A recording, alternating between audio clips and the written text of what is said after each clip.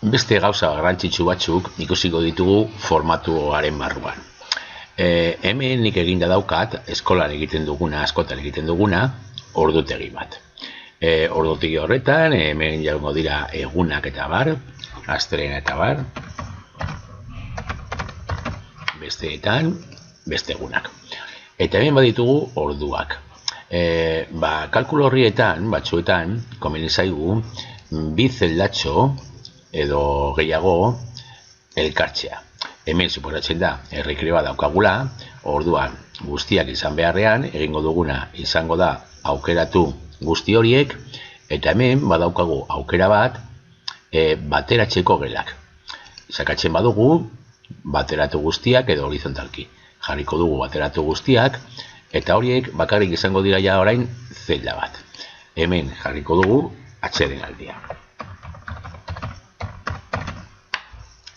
Batzuetan ere, momentu batean hemen esklusibak egongo dira, berdin joan aldugu banan jartzen.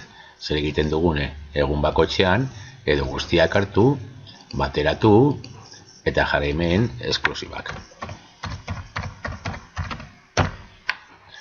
Batzuetan, tailer bat egiten dugu, edo horrelako bat, eta bi saio jarraian egiten dugu tailer hori, berdin hartuko ditugu bi horiek, bateratuko ditugu, eta hori jarriko dugu tailerra.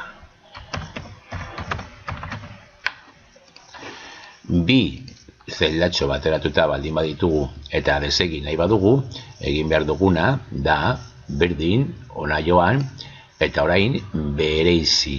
Eta kontuz, beti, bereizterakoan, agertzen den testua lehenengoan geldituko da. Bigarrenean ez da agertuko.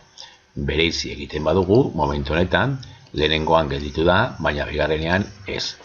Gero noski, bakoitzari emango diogu bere formatua. Non jarri testua, non kokatu, eta bar. Koloreak eman, eta formatu osoa emango diogu. Baina bateratu gelazkak batzuetan interesgarria eta importantea. Beste formato bat. Zelda bakoitzean badaukagu formatu ezberdin batzuk. Adibidez, hemen baldin bagoaz formatura, ikusiko dugu zein formatu mota daukan. Zenbakia barruan badago menu luze bat. Automatikoa da normalean berak erabiltzen duena, jarri aldugu testua arrunta, hori da bakarrik testua den zeldatxoetarako, eta zenbakia.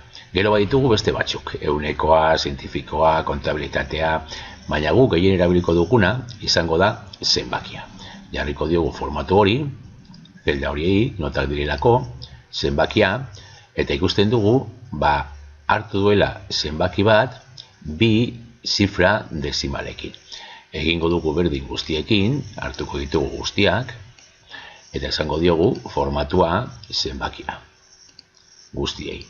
Guztiak jarri dira bi dezimalekin, hamartarrekin. Hori aldatu nahi badugu, egin beharko duguna izango da hartu, eta hemen murriztu dezimal kopurua, sakatzen badugu bakarrik agertuko da bat.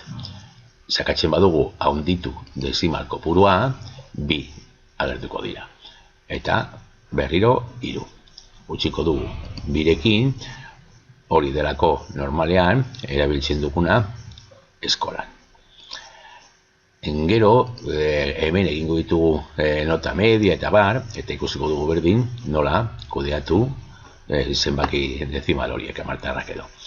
Eta beste gauza bat. Batzuetan testu bat luzea da, eta ez da sartzen kontutan hartu gauza bat. Hemen kalkulo horrietan idazten badugu, idatzea dugu pizka bat luze, eta egiten badugu intro, egiten duena da hurrengo zeldatxora jauzia egin. Ez du egiten jauzi bat testuarekin. Eta hemen testua luzatu egin da 3 zutabetan. Baina batean bakarrik, honetan bakarrik dago idatzita. Hemen ez dago ezer, eta hemen ez dago ezer. Orduan batzuetan, gertatzen zaiguna hemen bezala, gertatzen zaiguna da testua pasatzen dela zutabetik. Hori konpontzeko eta pizka bat usteko testu osoa zeldatxo batean, egin behar duguna da sakatu zeldatxo horretan, idatzita dagoen zeldatxoan, eta formatuan egingo dugu testua doitzea eta egingo dugu doitu. Doitu egiten badugu, lerroa zabaldu eginda, mondatzeko testuarekin, eta orduan testu osoa agertzen zaigu zeldatxo batean bakarrik. Noski zeldatxoa luzatu eginda edo zabaldu eginda, handiagoa eginda. Baina horrela, kontrolatu aldugu beti zeldatxo batean bakarrik agertzea testua eta ez aurrekoa zegoen bezala luzaturik beste zeldatxoetan.